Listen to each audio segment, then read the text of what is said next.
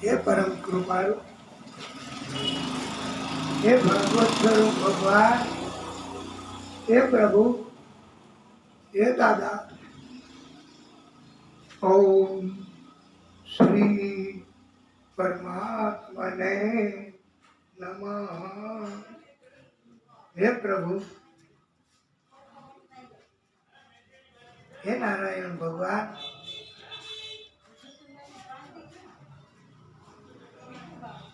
हे विष्णु परमात्मा,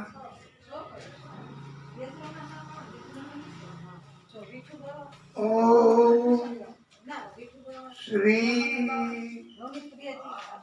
परमात्मने नमः। ओम श्री परमात्मने नमः।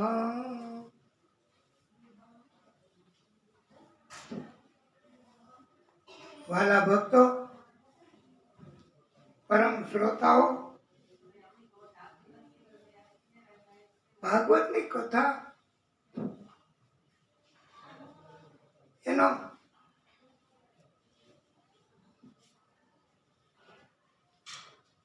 આયોજન કરવાનો, કહેવાનો, સાંભળવાનો માત્ર વિચાર જ આપણી અંદર આવે તો પણ આપણને બધાને ભાગવતની કથા એનાથી સંપૂર્ણ સંકલ્પ આપણા પૂરા થાય છે. ભાગવતનું મહત્વ જેટલું આપણે કહીએ એટલું ઓછું છે.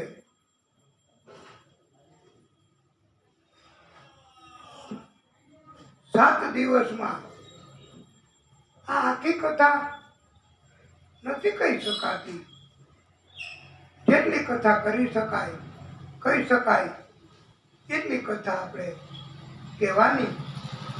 પણ એવું કહેવામાં આવ્યું છે કે 7 દિવસ કથા કેવી? આ તો અમૃતનો દરિયો, અને બધુંય તો આપણે પી ન શકીએ. એક બૂંદ પણ જો મળી જાય, આ કઈ વિદ્યાર્થીને ભણાવવાનો કોર્સ નથી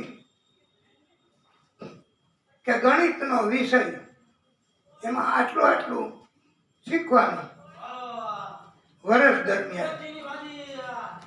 દરરોજ શીખવાથી ગણિત પછી એનો કોર્સ પૂરો થઈ જાય. આ કોઈ એવી દવા નથી કે 15 દિવસ લેવી, 15 દિવસ પછી દવા લેવાની જરૂર નહીં પડે. આ કોર્સ પૂરો કરજો. 2 દિવસ દવા લઈને પછી મૂકી ન દેતા. એમ આપણને ભાગવતકારો શીખવે છે કે આ તો ભાગવત એટલે ભગવાન, ભગવાનની વાત, ભગવાનનો સહારો એ જ આપણા માટે જીવન એનો આધાર છે. 7 દિવસ આપણે ભગવાનના સંપર્કમાં તો રહી શકીએ છીએ. આ કારણથી જ્યાં સુધી આપ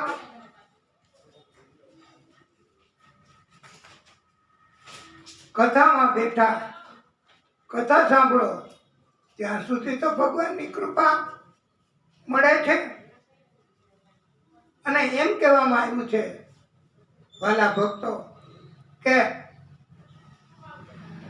વેલ્થ ઇઝ લોસ. વેલ્થ એટલે મકાન, સંપત્તિ, જમીન, સોના, હીરા, એના દાગીના, મકાન કે ધન, એ જ્યારે આપણે ગુમાવીએ ત્યારે એવો બોધ આપ્યો છે કે અફસોસ ન કરાય. Wealth is lost. કોઈ મકાન લઈ જાય, છેતરી જાય તો અફસોસ ન હોય. સંપત્તિ વહી જાય એનો અફસોસ ન હોય. ધન વયું જાય એનો અફસોસ ન હોય. હરિશ્ચંદ્ર રાજાને તો આખું રાજ્ય એ બધું વયું ગયું હતું અને વેચાઈ જવું પડ્યું હરિશ્ચંદ્ર રાજાને. પોતાને, એની પત્નીને પણ વેચાઈ જવું પડ્યું હતું સત્ય માટે, ઈશ્વર માટે, પરમાત્મા માટે. તો મકાન, સંપત્તિ, ધન એક ગુમાવો કોઈ ભક્ત તો એનાથી એમ માનવાનું છે કે કાંઈ નથી ગુમાવ્યું ભાઈ. પણ હેલ્થ ઇઝ લોસ્ટ. તંદુરસ્તી, સ્વાસ્થ્ય, શરીર ઈ જો બગડે, કોઈ દવા લેવી પડે પણ શરીર દવાથી નથી સારું થવાનું. કોઈ ડાક્ટરો બેઠા હોય તો માફ કરજો, પણ ભગવાનથી મોટું અને આ ડાક્ટરો, વૈજ્ઞાનિકો, દવા એના તજજ્ઞો એ પણ એમ કહી દે છે કે હવે તમે આને ઘરે રાખો, ભગવાનનું જેટલું થાય એટલું ભજન તમે કરો અને એને સદગતિ થાય એ એનાથી જ થશે. હવે એને અમે કાંઈ સાજો કરી શકીએ નહીં. ત્યારે જ્યારે ડાક્ટર, વિજ્ઞાન એ ટૂંકું પડે છે,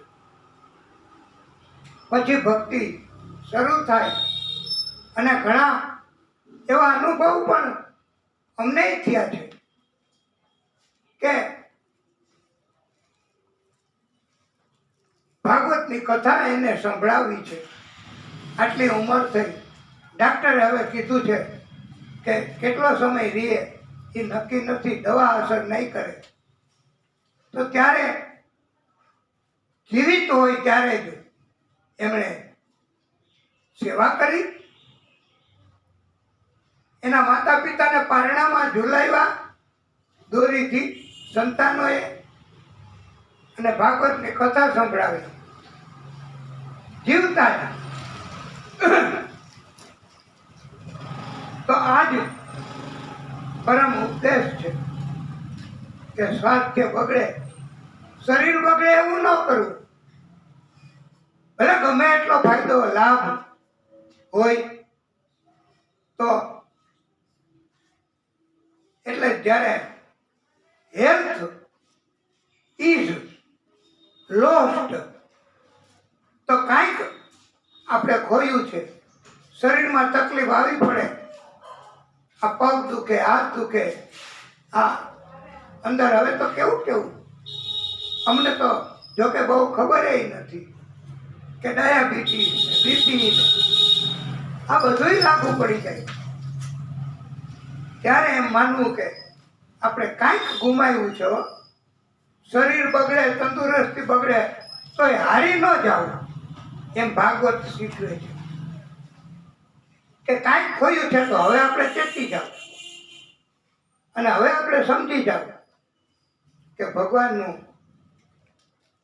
ભક્તનું હા હવે શરણું પકડવું અને એવી છાપ ફેલાવવી સમાજમાં કે એ તો ભક્ત છે ભાઈ, એ તો ભક્તિ કરે છે. નહીં કે બધાય પાછળથી છેતરે, બધાને ગમે તેવું સમજાવીને પૈસા ભેગા કરવા, બીજું શું મળે? બીજા પાસે છે શું? ધન સંપત્તિ, મકાન સિવાય, ઘરેણા, સોના ચાંદી, હીરા સિવાય એ તો અહીંના મૂકી જવાનું. પણ સાચા સંતો એની પાસે ભક્તિ છે,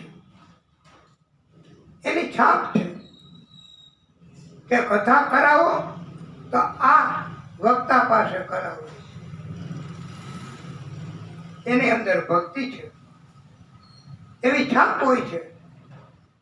તો એને કહેવાય કે જ્યારે છાપ બગડે એમ થાય કે આ તો નાટક કરે છે, એને ભક્તિમાં કોઈ રસ નથી, તો એવી છાપ બગડે એને અંગ્રેજીમાં કહેવાય when character is lost.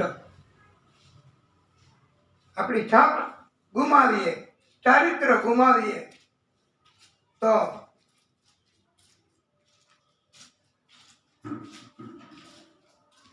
ઘણું બધું જ આપણે ગુમાવી દીધું કહેવાય. પછી આપણને કોઈ સહકાર ન આપે, કોઈ ટેકો નહીં આપે, કોઈ મદદ નહીં કરે, કોઈ માન નહીં આપે.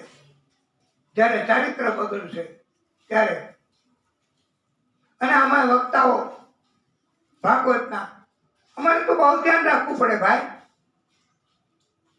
કે કોઈ કેરેક્ટર વગરના હોય એ અમારી ખોટી જાહેરાત કરે, ખોટો વિડીયો લઈ અને હવે તો એવા બધા મોબાઈલ ને એવા વિડીયો થઈ ગયા છે કે ઈ ગમે તેવું તમને ચિત્ર બતાવી શકે કે character is lost, everything is lost.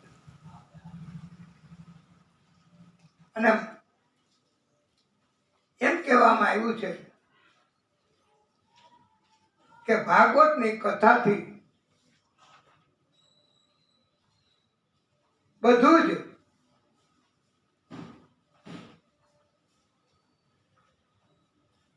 મળી જાય છે. આપણે કોઈનું નામ નહીં આપીએ પણ ભાગવતની કથા કેવા વાળા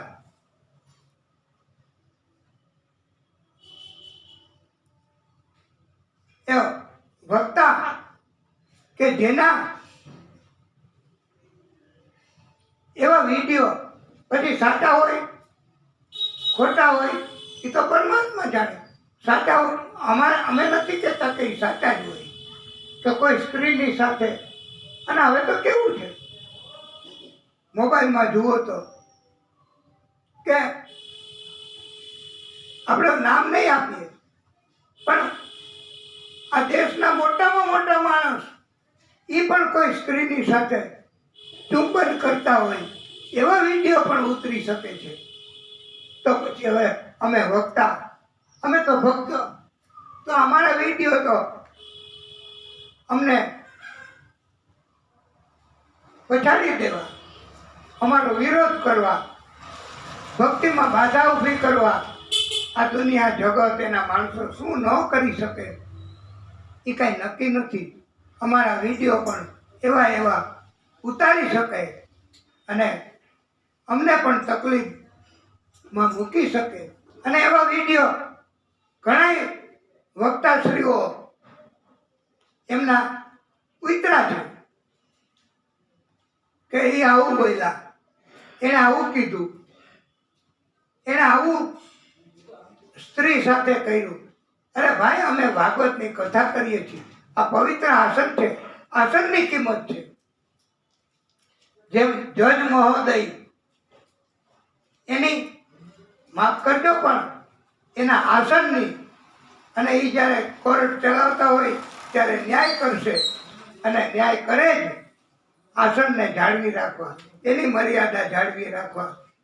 એવી જ રીતે અમે વક્તાઓ પણ અમારી વ્યાસપીઠ આ હોય છે. અમને પ્રભુએ કૃપા કરીને તો અહીંયા બેસવાની તક આપી, અને બેસવાની તક આપ્યા પછી અંદર આવીને પ્રભુ જ બોલાવે છે ને બધું. તો આવી રીતે આ આસન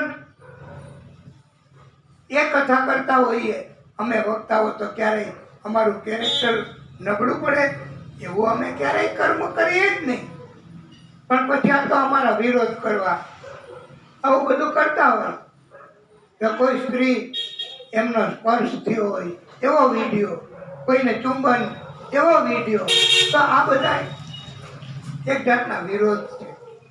પણ આવા માણસોનો સંગ કરવો નહીં. એક બ્રાહ્મણ બહુ પવિત્ર અને જ્ઞાની, એટલો બધો ધર્મશાસ્ત્રમાં હોશિયાર, વિદ્વાન અને ઉંમર પણ મોટી. એ આ દક્ષિણ પ્રદેશની વાત છે. તુંગભદ્રા નામની નદીના કિનારે એ બ્રાહ્મણનું નામ આત્મદેવ, એની પત્ની કજ્યા કંકાસ કરે એવી ધૂંધલી, એવી પત્ની, એનું નામ ધૂંધલી. અને દરરોજ ઝઘડા કરે. ઝઘડા ન કરે ત્યાં સુધી એને ચેન ન પડે. અને એકવાર તો કંટાળી ગયો આ બ્રાહ્મણ, અને કંટાળીને પછી એને એમ થયું કે હવે હું મારું શરીર છોડી દઉં, અહીંયા રહેવું, આવી રીતે જીવન જીવવું, એના કરતાં તો મારું શરીર ત્યાગ કરી દઉં. આવું વિચારીને એ વનમાં ગયો. ત્યાં સંતે એમને સરોવરમાં પડતા બચાવ્યો. એને સમજાયું કે શું કામ આવું, મારે કે સંતાન નથી, દીકરો જોઈએ.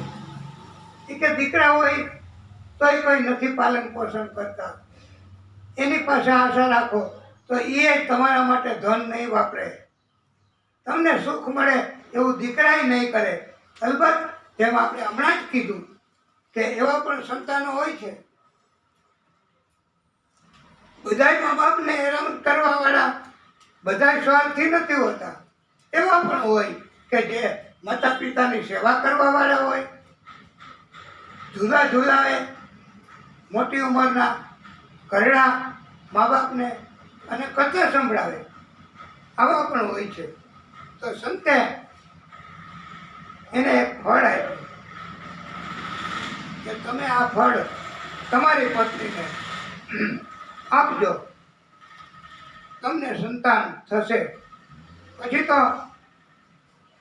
એની પત્ની ધૂંધલી, એને વિશ્વાસ શ્રદ્ધા હતી નહીં, અને એ તો અવળું વિચારવા માંડી બધું. અને એ કે મારે ગર્ભવતી નથી થવું, મારે સંતાન નથી ઉત્પન્ન કરવું. અને મહિલાઓનો વિષય છે. અલબત્ત અમે પણ કહી શકીએ છીએ કે ગર્ભવતી થાય મહિને બહુ તકલીફ થાય. એટલે ધૂંધ લઈ એમને આ પસંદ નહોતું. એની બેન આવી, એને પણ કહ્યું કે આવું મને પસંદ નથી, મારે શું કરવું? આ ફળ, તેણે કીધું તું ફળ ખાધું એવું નાટક કરજે, અને ગર્ભ રહ્યો છે એવું નાટક કરજે, અને હું પૂરો મહિનો થશે 9 મહિના અને પાછી આવીશ. મને પણ સારા દિવસો છે, મારે ઘણા સંતાનો છે, પણ અમારે ખવડાવવાની સંતાનોની ચિંતા છે, ઉપાધિ છે. તો તું મને ધન આપજે, મારે બહુ જોઈ છે ધન, અને હું તને મારું સંતાન આપી દઈશ. પ્રસૂતિ ટાઈમે હું અહીંયા આવીશ. આવું નક્કી કર્યું, અને એ તો નાટક કરવા માંડી. પછી તો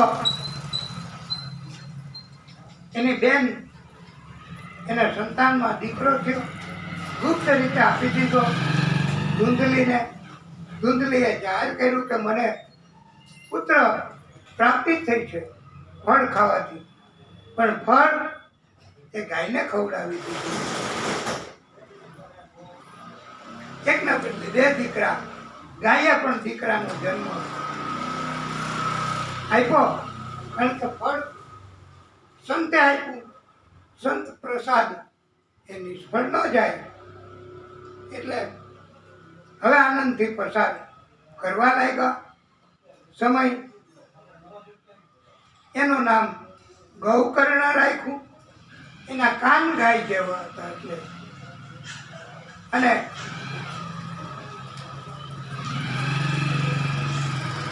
ધૂંધલીએ જે આપ્યો પુત્ર એની બહેનનો લીધેલો વેચાતો એનું નામ ધુંધકારી રાખ્યું.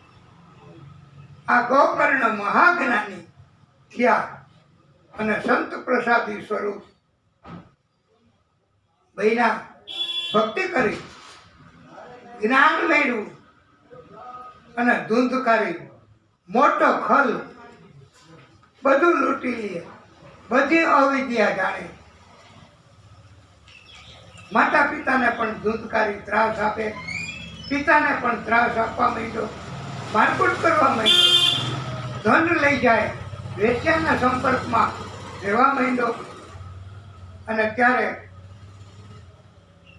એમ કહ્યું છે કે આત્મદેવને ખાતરી થઈ કે સંતે કીધું તું એ બરોબર, સંતાન આ છે પણ મને મારકુટ કરે, મારું ધન લૂંટીને વયો જાય છે, મને હેરાન કરે છે, ખાવા નથી આપતો, કષ્ટ આપે છે, તો આના કરતાં તો ન સારું સંતાન ન હોય, દીકરો ન હોય તો એ પછી પ્રભુ તો સંભાળે.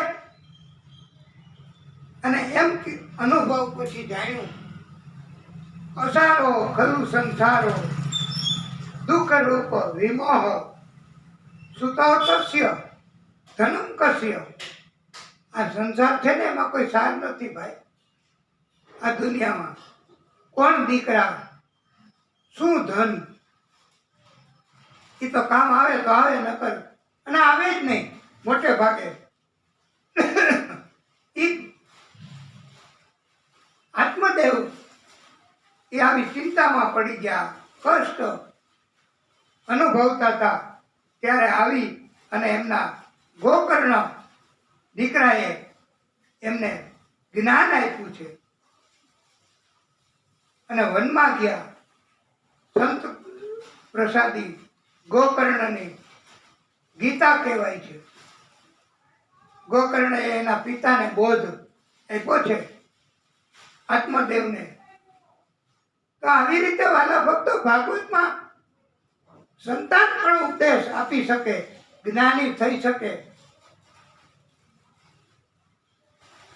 અને સદગતિ અપાવી શકે. બીજા પણ એક ભાગવતમાં આવશે કે માને પણ કથા સંભળાવી છે. એ દેવહૂતિ માતાને એના દીકરા કપિલ એમણે એટલે જ્ઞાન આપે, ભાગવતનું થાય. એ પુણ્ય કમાણી હોય તો જ થાય છે, નહીતર તો કષ્ટ તકલીફ. અને ગોકર્ણ ગીતા કહેવાય. અને કપિલ એમણે એની માને સમજાવ્યું છે કે જગત મિથ્યા છે, શરીરમાં મોહ રાખવો નહીં. આમ અંત સમયે આત્મદેવ એને ગતિ થઈ, સદગતિ પામ્યા. પછી કપટ કર્યું એનું પરિણામ ધૂંધલીએ સ્વાર્થ એના કારણથી દીકરો વેચાતો લીધો. આ ક્યાં એનો દીકરો હતો, એની બેનનો દીકરો હતો. તો ધૂંધકારી એ બહુ ત્રાસ આપવા માંડ્યો. કપટ કર્યું તો એનું ફળ કેવું મળ્યું કે એને મારકુટ કરવા માંડ્યો, ત્રાસ દેવા માંડ્યો, બધું લૂંટી ખાવાનો આપતો એની માને પણ. અને એની માં અંતે એના કર્મ ખોટા હતા, ચીટિંગ કરવા વાળા હતા, છેતરવા વાળા હતા એના ધણીને.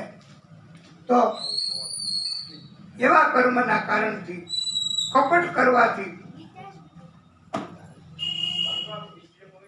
પોતાનો દીકરો નહોતો એને પોતાનો છે એવું બતાવીને આ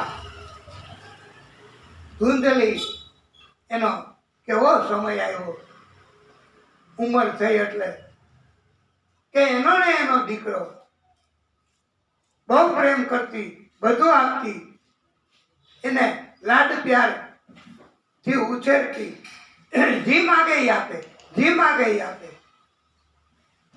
જેમ કરવું એમ કરવા દે, પણ ન કરવાનું કરે તો એ વ્યાજબી નહીં. કરવાનું હોય સેવા કરવી, પરોપકાર કરવો, સત્સંગ કરવો, એવું કરવાનું. નહીતર આ ધૂંધકારીની જેમ કપટ એનાથી મેળવેલો હતો તો એનામાં જન્મના સંસ્કાર તો ન આવે,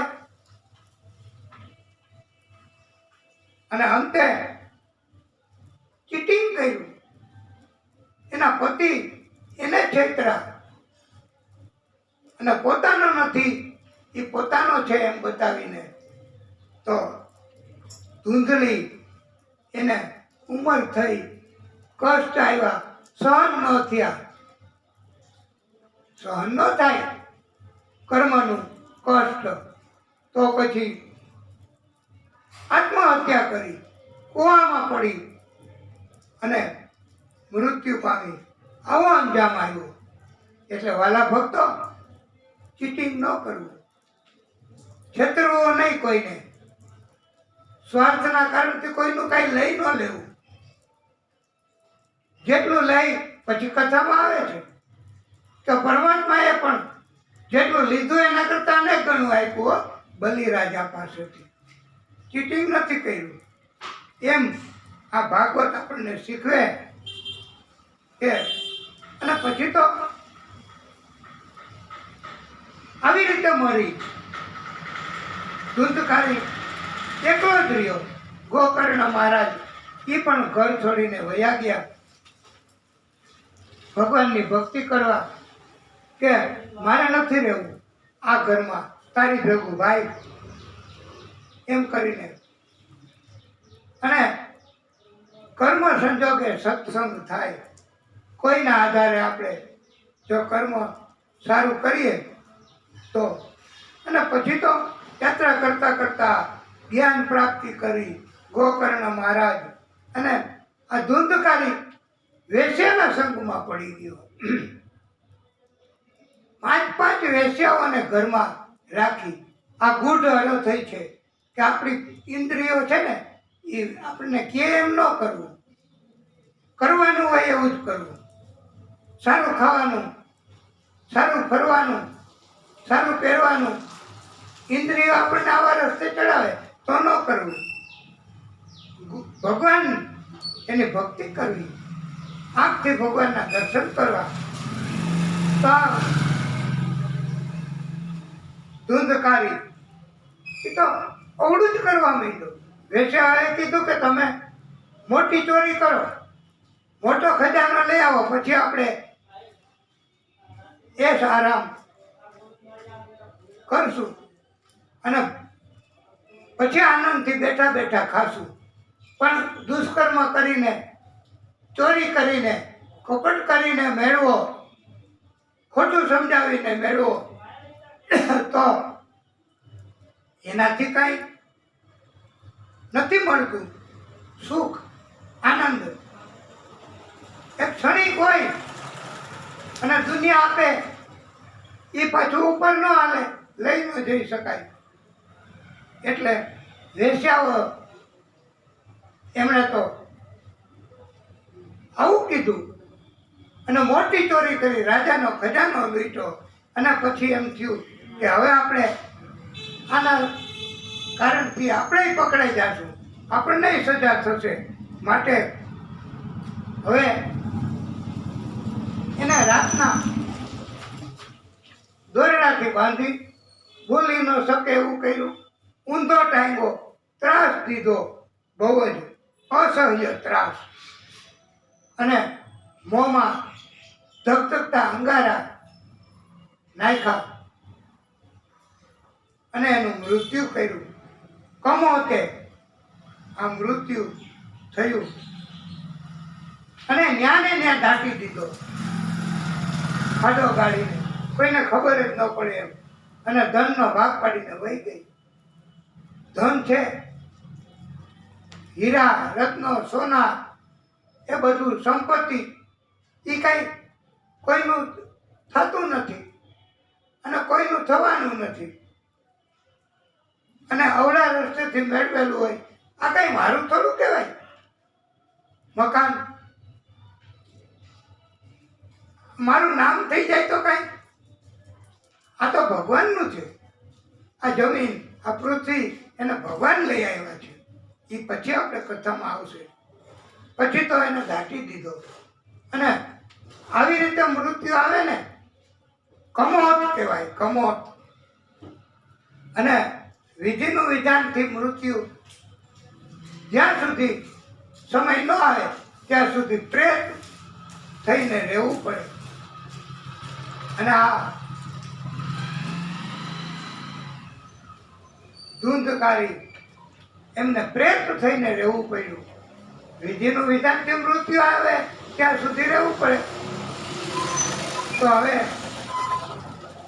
ગોકર્ણ પાછા આવ્યા, પોતાના ઘરને સાફ કરીને રહેવા માંડ્યા. ત્યાં એને એમ થયું કે આવા રાતના અવાજ આવે પ્રેતના. પછી એમને અંજલિ છાટી.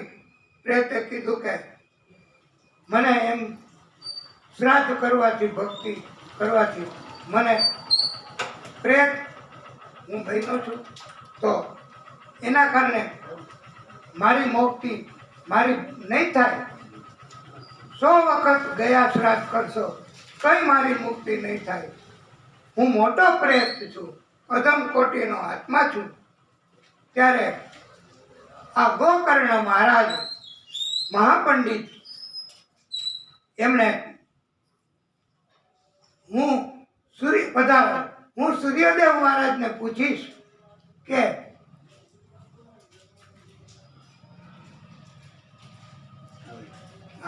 સૂર્યદેવ મહારાજ જ્યારે પ્રગટ થશે ત્યારે હું એમ, આપ તો જ્ઞાની છો, આપ પંડિત છો, આપ ભાગવતજીના વક્તાઓ, અને આપને આ ભાગવતને પ્રણામ, નહીતર અમને અભિમાન આવી જાય.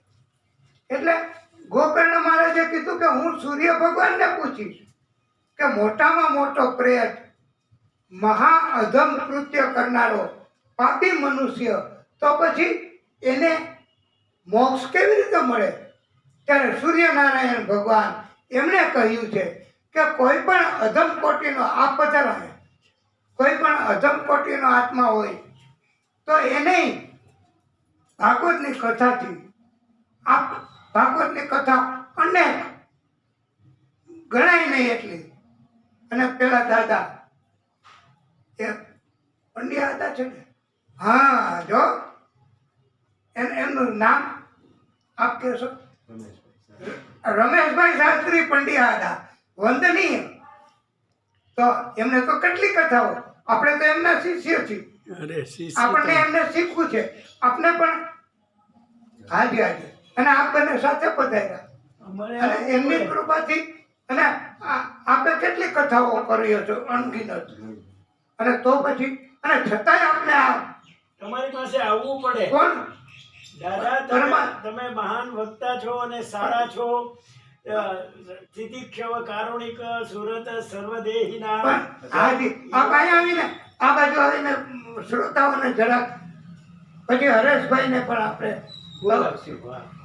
હરેશભાઈ મહાપંડિત, ભાગવતની અનેક કથાઓ કરી, અને આપે એને કથા આપને કરવી હોય તો આપે એમને એમ કહો છો કે તમે શાસ્ત્રી, તમે કથા કરવા, હું આવીશ ને હું બધું ગોઠવી દઈશ, તમે કથા કરો. એમ આપ પણ એમને તક આપો છો ભક્તિ કરવાની.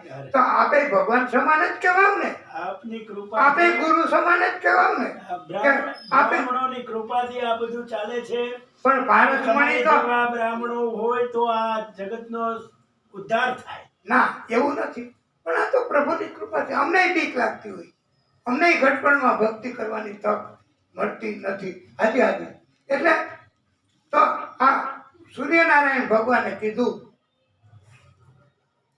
કે ગમે તેવો પ્રેત હોય ને, અધમ કોટીનો, એને ભાગવતની કથા સંભળાવો તો એને પણ મોક્ષ ગતિ મળે હરે છે. હરે નમઃ હરે નમઃ.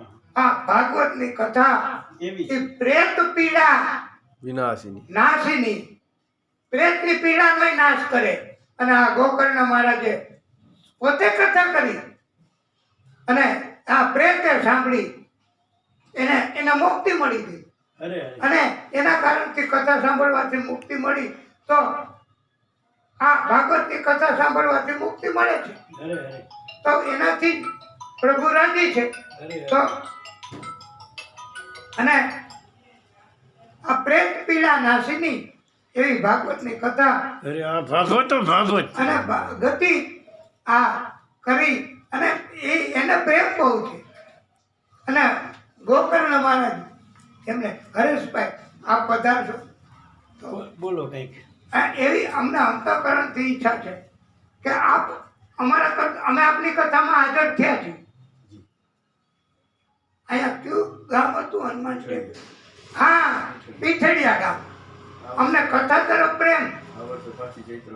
હા તો અને અમને કથા તરફ પ્રેમ થતો. આઠે આઠ દી તો અમે તમારે આપની આવવાનું છે. કથા સાંભળી અને આપની કથાનો અમને જાત અનુભવ છે કે આપ પ્રિય વાણી જો કથામાં કયો છો કે કોઈ એવા નથી કહેતા, એવા જોક્સ, એવા રાજકારણ કે વિષયાંતર એવું નથી કરતા. તો અમને જાત અનુભવ છે.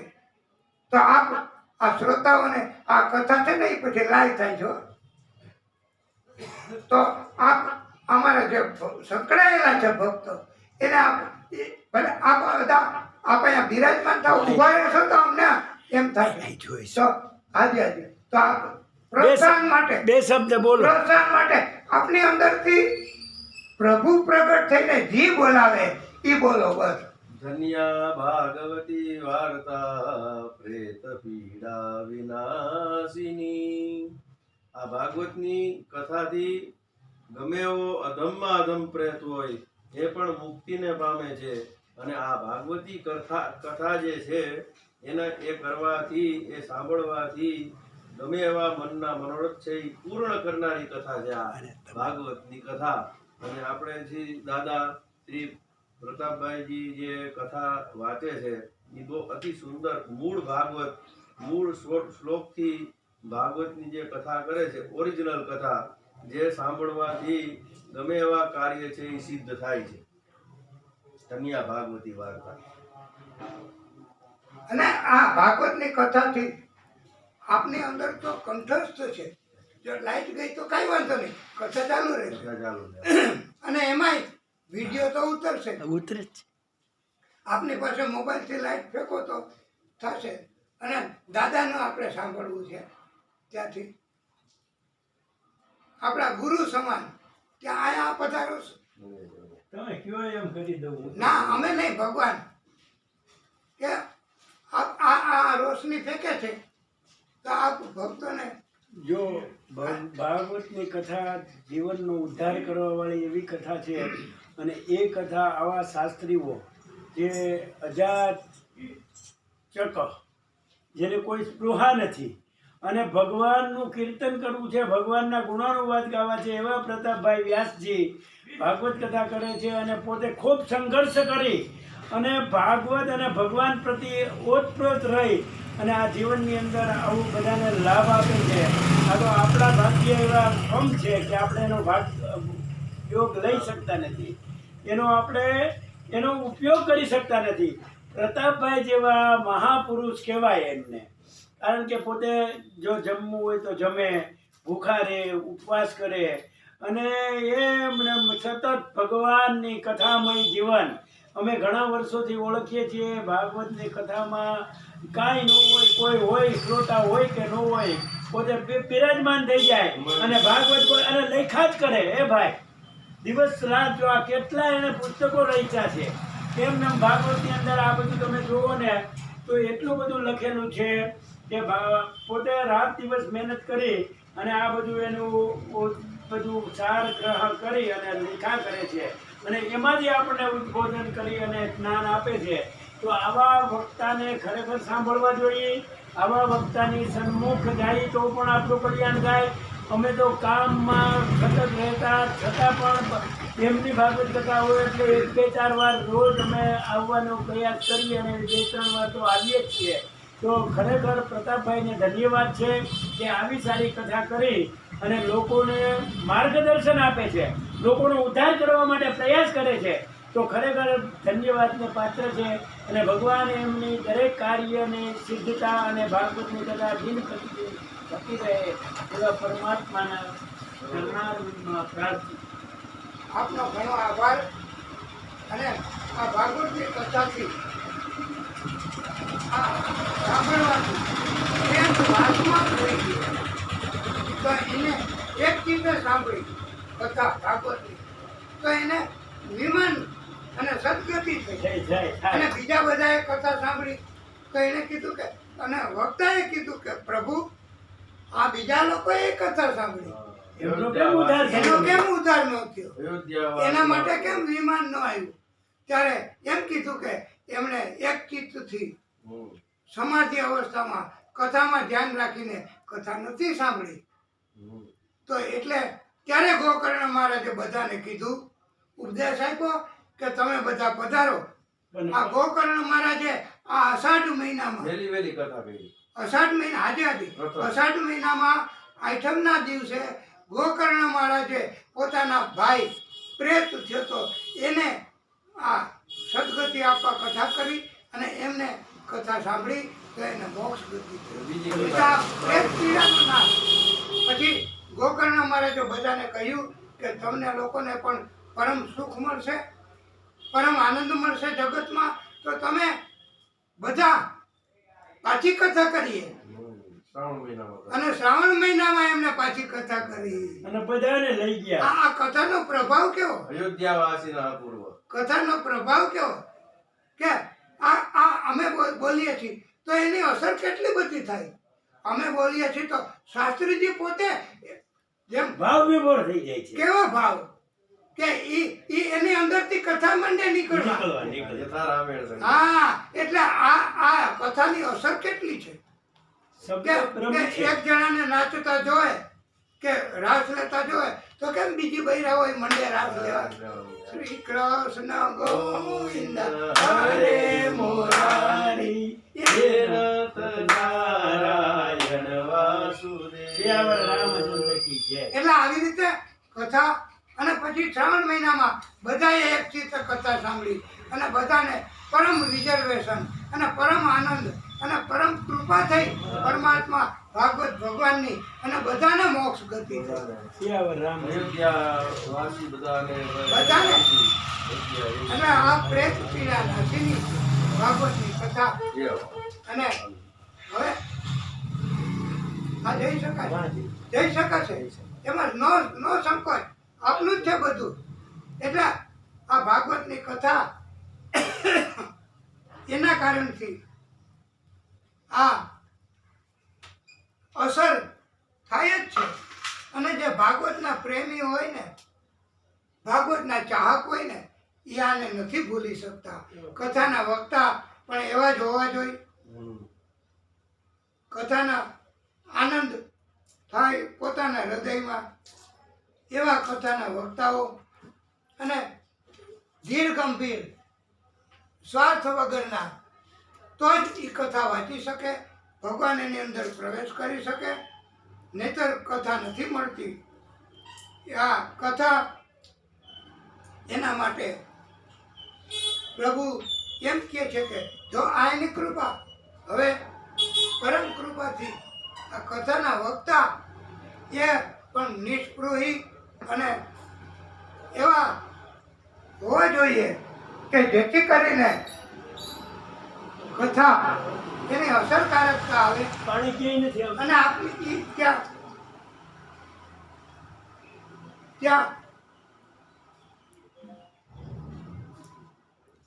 કથાની અસર થાય છે બધા ઉપર. અને આપણને એટલું કીધું છે માત્ર કે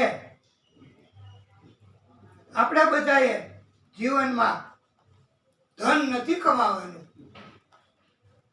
જૂથ નથી મેળવવાનું, માત્ર ને માત્ર એક આપને ખબર હોય તો કે આપને યાદ કરાવવા પૂરતું કે ધન કમાય મિલકત પૈસા દુનિયા જે કાંઈ આપે તો એનાથી કાંઈ નથી મળવાનું. એને ભેગું નહીં લઈ જવાનું. ભગવાનની કથા જ બે. કમાણી કરવી તો શેની કરવી હરેશભાઈ?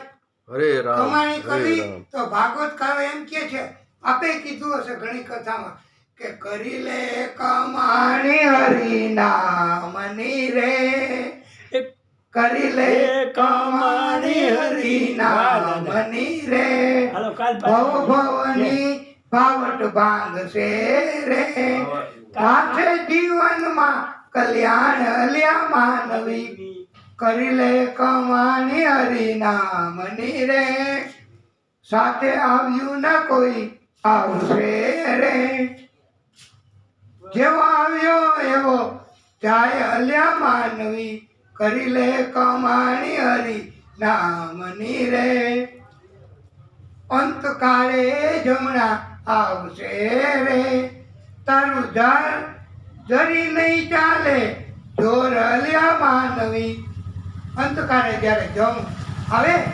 લેવા કર્મ બરાબર ન હોય, અવળા કર્મ હોય તો અંતકાળે મૃત્યુ સમયે જમ આવે, પ્રભુ ન આવે, વિમાન ન આવે,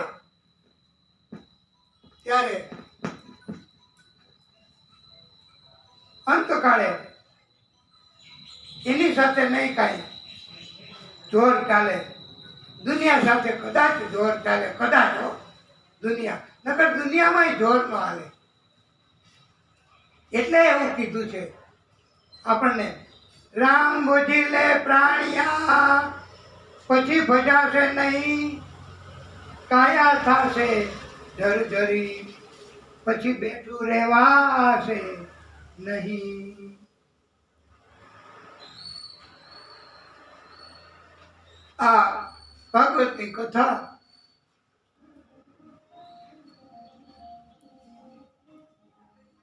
એ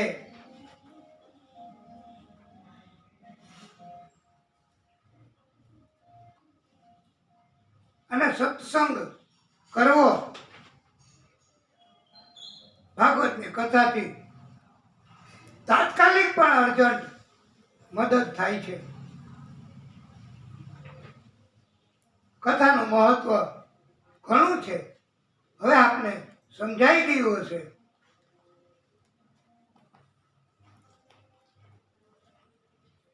ભાગવતની કથા થતી હોય ત્યાં નારદજીએ એકવાર પૂછ્યું કે પ્રભુ આપ પધારશો? ત્યારે એમ કીધું છે કે પ્રભુએ કે જ્યાં ભાગવતની કથા થાય ત્યાં હું પોતે હાજર રહું છું, અને બધા દેવો અને બધા ભગવાન એ પણ હાજર રહે છે. આ ભાગવતની કથાનું આવું મહત્વ છે. તો ભક્તિ કરવી, ભાગવતની કથા કેવી સાંભળવી, આયોજિત કરવી, થઈ શકે એટલું કરવું. બાકી જગત અને દુનિયા એના નશામાં ન રહેવું. જગત અને દુનિયા એનો નશો એ તો તરત જ સમય પ્રમાણે ઉતરી જાય છે, દુનિયાનો નશો. પણ ભક્તિ કથા એનો નશો ક્યારેય નથી ઉતરતો.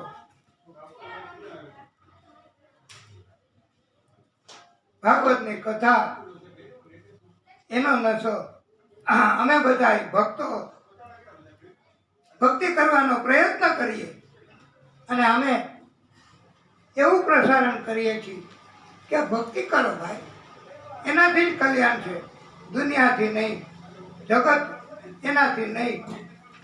અને ભાગવતની કૃપા થાય તો આપણે ભક્તિ કરી શકીએ છીએ.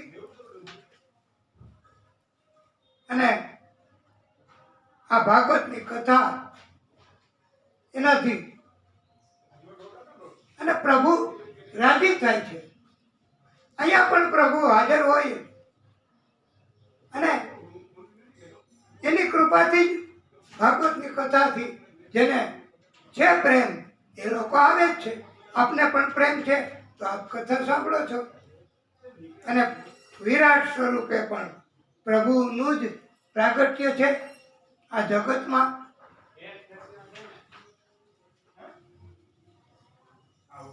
અને ભાગવતની કથા એનું મહત્વ હવે સંભળાય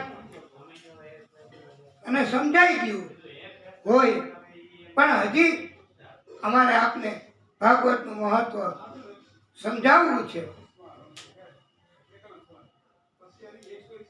અને ભાગવતની કથા એ છોડવા લાયક નથી. આ શ્રીનાથજી બાવા અને ભાગવત એ બે એક જ છે. આ ભાગવત આદિશક્તિનું સ્વરૂપ છે. જેમ સત્ય એમ જ આદિશક્તિનું સ્વરૂપ ભાગવત છે.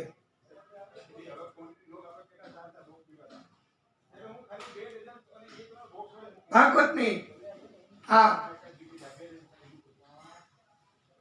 3 નદીઓ ગંગા, યમુના, સરસ્વતી એની સાથે આ ભાગવત કનેક્ટેડ છે. એ પ્રભુની જ કૃપાથી આ ગંગા, યમુના, સરસ્વતી એની પવિત્રતા આજે પણ જળવાય છે. પૂજ્ય ભાવ જો આપણને જાગે તો એ ભાગવત એનાથી જ જાગે છે. ઈશાવાસ્ય નામના ઉપનિષદમાં પણ સમજાયું છે કે આખા જગતમાં પરમાત્મા છે જ. પરમાત્માથી જ જગતનું સંચાલન થાય છે. કણ કણ મેં બસે હો હરી હરી શ્રીનાથજી.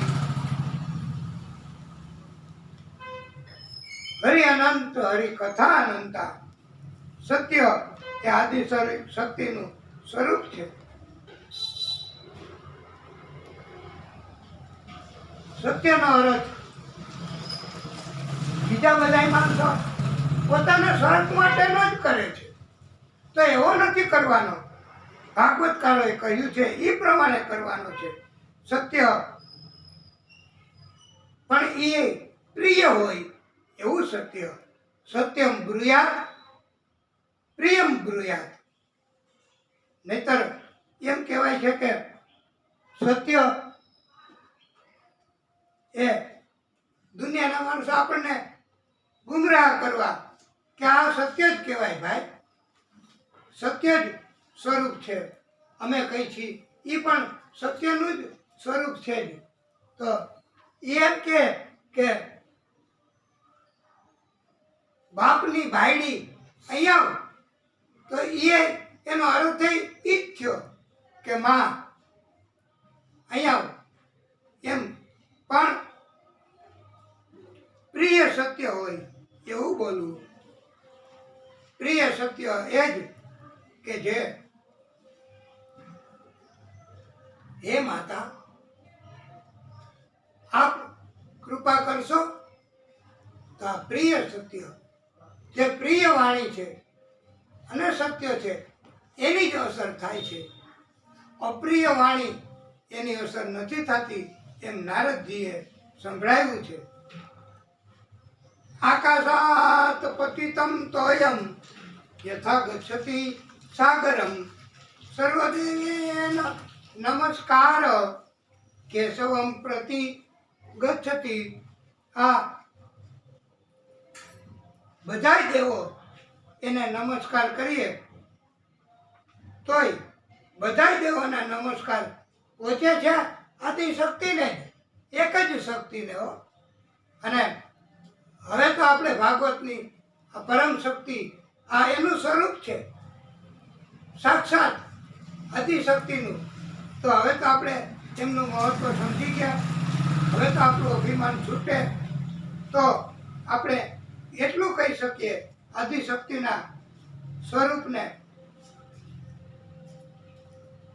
કે હે પ્રભુ ભૂલ પડી ભવરણે ભટકું ભવાની, સૂજે નહીં લગીર કોઈ દિશા જવાની. ભાસે ભયંકર વળી મનના ઉતાપો મમપા હિ ઓમ ભગવતી ભવ દુઃખ કાપો. આ પ્રાર્થના આદ્ય શક્તિ સ્વરૂપને છે હો. અને એનાથી જ આ ભાગવતજી આપણને શીખવે છે. અને ભાગવતજીમાં 3 મંગલાચરણ આવે છે. એક વ્યાસજીનું, બીજું સુખદેવજીનું અને ત્રીજું સૂતજીનું. અને સચ્ચિદાનંદ રૂપાય વિશ્વોત્પત્યાદિહેતવે ત્રાપત્રય વિનાશાય આદિશક્તિ સ્વરૂપ કૃષ્ણાય વયમ નુમઃ. આદિશક્તિને નમન કરવાનું, એના સ્વરૂપને નમન કરવાનું, એવું આ પ્રભુનું સ્વરૂપ બતાવ્યું છે આ શ્લોકમાં. આપણને મદદ આ શ્લોકની એટલા માટે કે સચ્ચિત આનંદ એ પરમાત્માનું સ્વરૂપ છે. આપણે સમજાયું સત્ય ચિત્ત એટલે આ બોલનાર, સાંભળનાર, જીવ, આત્મા, મન અને આનંદ. આનંદ બજારમાં નથી વેચાતો મળતો, ભગવાન જ આપે તો જ આનંદ થઈ શકે એવું આ સ્વરૂપ છે. અને પ્રભુ પાછું આ ભક્તિ કરવાથી, ભાગવતથી આપણને શું મનુષ્યને કરી શકે?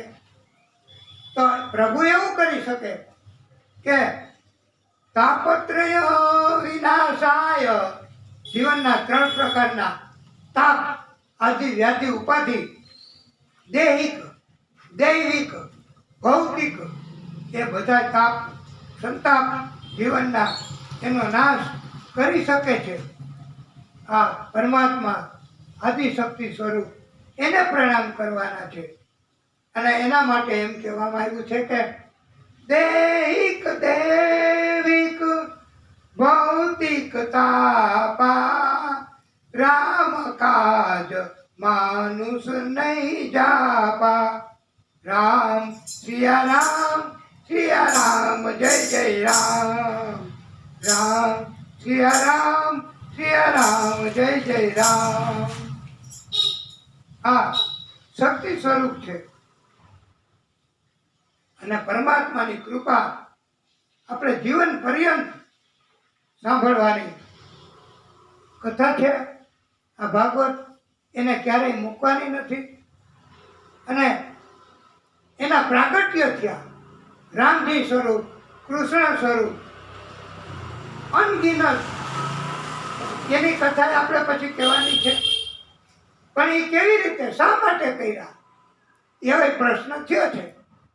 એનો જવાબ એ આપવાનો છે કે ભક્ત હેતુ હરિરૂપ બનાયા, બ્રહ્માનંદ મેરે મન ભાયા, ચરણ કમલ બલિહારી રે, મુझे दे दर्शन गिरधारी रे, तेरी सांवली सूरत पे मैं वारी रे. આ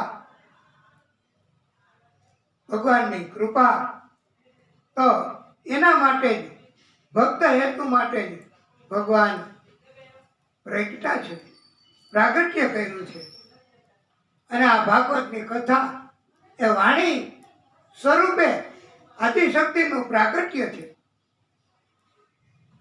અને ભાગવત એ આપણને અભય બનાવે છે.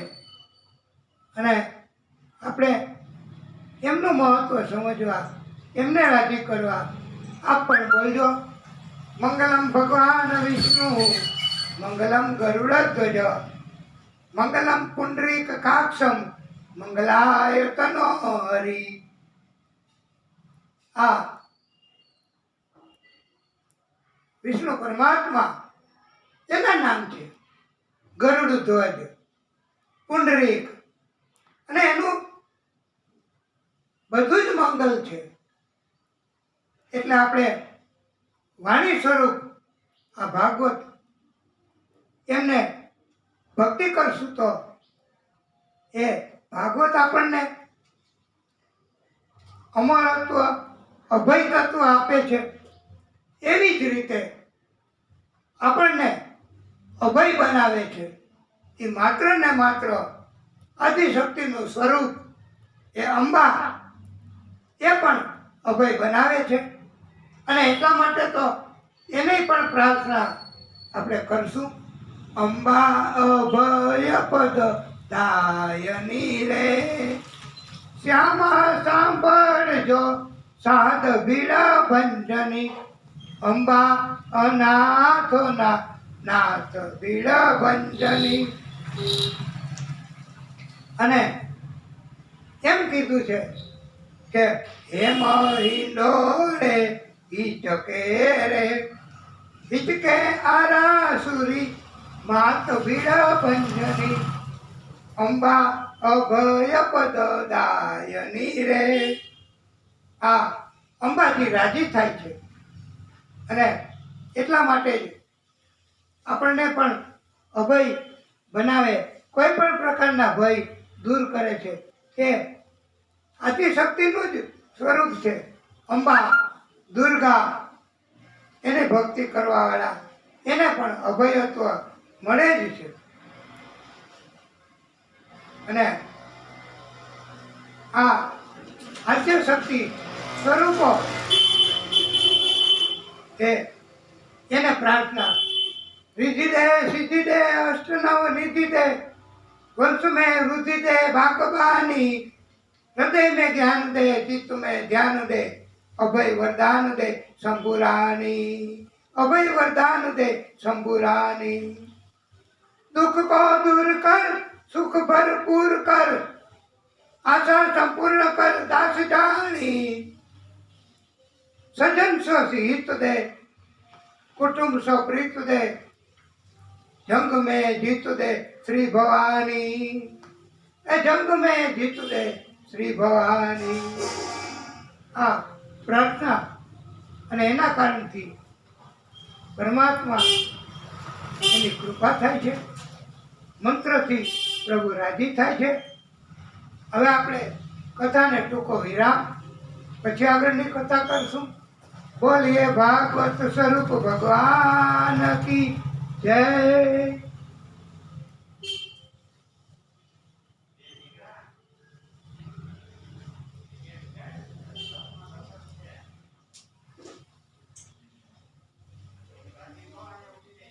હે પરમ કૃપાળુ, હે પરમાત્મા, ઓમ નમઃ ભગવતે વાસુદેવાય, વાસુદેવાય. હે પ્રભુ, હે ભાગવત સ્વરૂપ ભગવાન,